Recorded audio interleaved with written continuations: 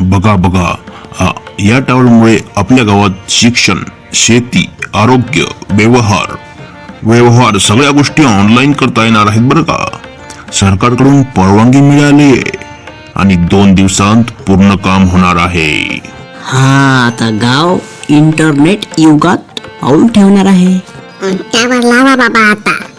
पण काय, मुलं आता रात्री मोबाईल खेळत बसतील आणि बायका रील बघत बसतील. मग शेती कोणी करायची आणि मग घरची कामं बायकांची कोणी करायची सांगा बरं. बडबडी पाटील भाऊ, नेट जर आलं ना तर सगळी माहिती मिळेल शेतीची, समजले.